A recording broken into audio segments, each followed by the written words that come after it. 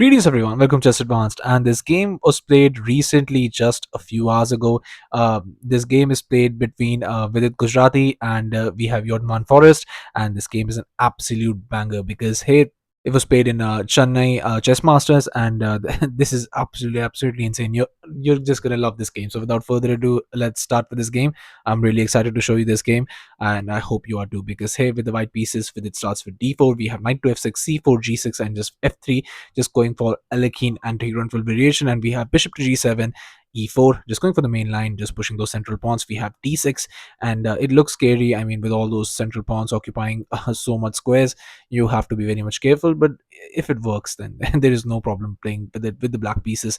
Knight to c3, just castles. Bishop g to e2. We have knight bd7, and here just bishop to e3, and we have a6, queen to d2, and here we have b5, just trying to break these chains and take take control away from those pawns. We have c captures, a captures, and here just knight captures. With it grabs the pawn, but with that, this bishop is going to be very much strong in this position, so you have to be careful. Here we have c6 pushing the knight back, and we have e5 just immediately striking in the center. We have knight to g3, d5, and there's a lot of tension against in the center. And we have bishop to e2, but just here just h5, and we have e caps on d5, knight captures on d5, and here just going for this knight captures. We have c captures and just castles. You could go for a move like this, but you have already sacrificed a pawn. Do you really want to sacrifice another one? And here in this position, we have a very nice h4, just destabilizing the position as much as possible, because it's going to be very much difficult in this position, because what Jorden van Foreest has in mind is absolutely going to leave you speechless. Because I don't know if it's prep or he found all of this on the board, but whatever he played was an absolute banger. Because here we have knight back to h1, we have rook to e8. It seems like all these congested pieces, it seems like white is worse, but white is absolutely fine here. The issue started now here once bishop to b5 was played, because as you can see, Engine did not like it, not that much, but with a little margin. And here we have e captures. We have bishop to g5 attacking the queen, queen to b6 attacking the bishop. But in this position, Vidit goes for a4, and this a4 move is definitely not something that Engine likes, because you have to understand that there is a lot of tension here, and if the bishop can jump in, and it's going to be very much difficult to hold this position. And these discovered attacks are not going to be easy to deal with, but first you need to understand that if you can get your rook here, that would be absolutely brilliant. So in this position, Jorden van Foreest actually goes for a brilliant piece sacrifice. He goes for this beautiful bishop to a6, sacrificing the knight on d7, and saying, well, if you want to take it, just take it, but your king is going to be absolutely weak. And he's absolutely right. But what you should do in this position is actually not take that free piece, but actually take the bishop. If you go for bishop caps on a6, queen captures, but now just comes knight to f2. After h3, you play rook a e1, and after queen caps on a4, now you play this rook caps on e8. Rook captures, knight caps on h3, but hey, after this knight to e5, you play queen to d1, and after queen to b5, rook to e1. But here, once the rook moves back, because that rook is going to be a problem, because this is going to be a pin. You want to move your knight around, but here we have just knight to f2, and after queen caps on b2, we will have this h4. But you have to understand, even though these are double pawns, but black is still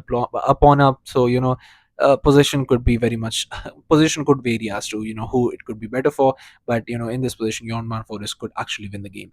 But here, after bishop to a6, with itself, well, if you're gonna give me a free piece, I'm gonna take it. So here, bishop caps on d7 was played. He said challenge accepted, but now comes this rook to e2, and now where are you moving the queen? Because here, if you wanna try to do something, there is absolutely nothing that you can do, because that discovered attack is coming. This bishop is going very nicely and guarding that rook, and your queen is under attack, and it's very much difficult to understand. Here, queen to d1 was played, which is the only defensive resource in this position. And Vidit found it actually after analyzing the position for roughly about 6 to 8 minutes. He was very much down on the clock. I think he was down to 17 minutes on the clock, while on the other hand, Jorden van Foreest had well above 41 minutes. So it's absolutely insane. And Jorden van Foreest in this position plays an absolutely brilliant move. He goes for h3, just trying to destabilize the position further. But with it in this position, when g captures, with it in this position when knight to f2, just trying to capture that, as we saw on the different line, but just d3. And now you can understand that knight is pinned. You cannot capture that pawn. But with it in frustration and with low time on the clock, he went for g captures on h3. It's not a bad move, but it's just your position can absolutely crumble. I mean, it's not like it makes it subsequently worse, but it's just very difficult to find right moves here. But Vidit didn't spend that much time on this move, and that's why I think Jordan van Foreest thought that maybe, maybe with this structure you're surviving in this position, because with all of these moves he played it to absolute perfection. And from sacrificing the piece to getting the rook here, and I think he should have finished it, because the best move for black in this position is going for bishop to d4, just piling on the pressure. Now you have to go bishop to h4, but here after queen to d6 you have bishop to b5, and here after bishop captures, just bishop to g3 attacking the queen, swish and sook, and here after queen to f6, just a captures, rook captures, queen captures, and after queen captures on f3, you can see that it's just very, very difficult to do anything in this position with all these pieces. And slowly but surely black is going to gobble up these pawns. These pawns are going to be pushed, and it's just not a position you want to have with the white pieces. But here after g captures, I don't know, I think with its luck is just out out of bounds, because here in a completely winning position, Jordan van Foreest decided to just grab a pawn, and that's absolutely insane. And that not only gives Vidit a fighting chance to get a draw, but actually now Vidit is winning in this position. And the only move to win in this position is, you can pause the video. I'm gonna ask you to pause the video and try and find out the only winning move in this position for white while I give you a couple of seconds. So congratulations to everyone who's able to find this move, and the move is rook to b1, and that's exactly what Vidit played. And after before this, when his position was absolutely down, he was just sitting on the chair, holding his head, trying to calculate all the lines. But as soon as he got this move, it was absolutely insane, and he was just pacing around the board, trying to maybe just a little bit intimidate Jordan Man Forest. But I'm just kidding. I mean, he got really excited, because when you like from a losing position you get to a winning position in just a matter of single move, it's absolutely insane. Bishop to d4 was played, but it doesn't work, because rook captures, queen captures, and you have this very nice idea, queen to d2. Now you can trade the queens, and you're a completely piece up because of that sacrifice knight. A queen to b3 was played, but just bishop to e3, and here bishop to c3, but here queen to d1 and queen to c4, but here just king to g2. We have d2. It's still very, very difficult, with all these pieces and the pawns trying to do anything in this position. But with it is very much down on the clock, and to find the right moves here is just a miracle. A rook to g1, but now just going for queen to b4, and with it has to find this only winning move in this position, which is queen to c2. And it's such a difficult move to find, because with all this chaos that's happening on the board, you have to make room for that rook and try to capture this pawn, because that pawn could be the only thorn in your position. Because here after d4, now you go for bishop to g5, d3, trying to attack trying to attack the queen. It seems like you're losing, but you have this very nice queen to b1 resource, because now once queen to d4, you cannot trade queens. If you trade queens, you're completely losing. So here knight to e4, but now just comes this queen caps on d7. You give up the piece, but now comes knight caps on c3. And here after you promote, knight caps on d1, bishop to b7, but here just queen to b2. And here after rook caps on a4, you play knight to e3, and you're a complete piece up in a completely winning position. And sooner or later you're going to grab this pawn, and it's going to be a completely winning position for you.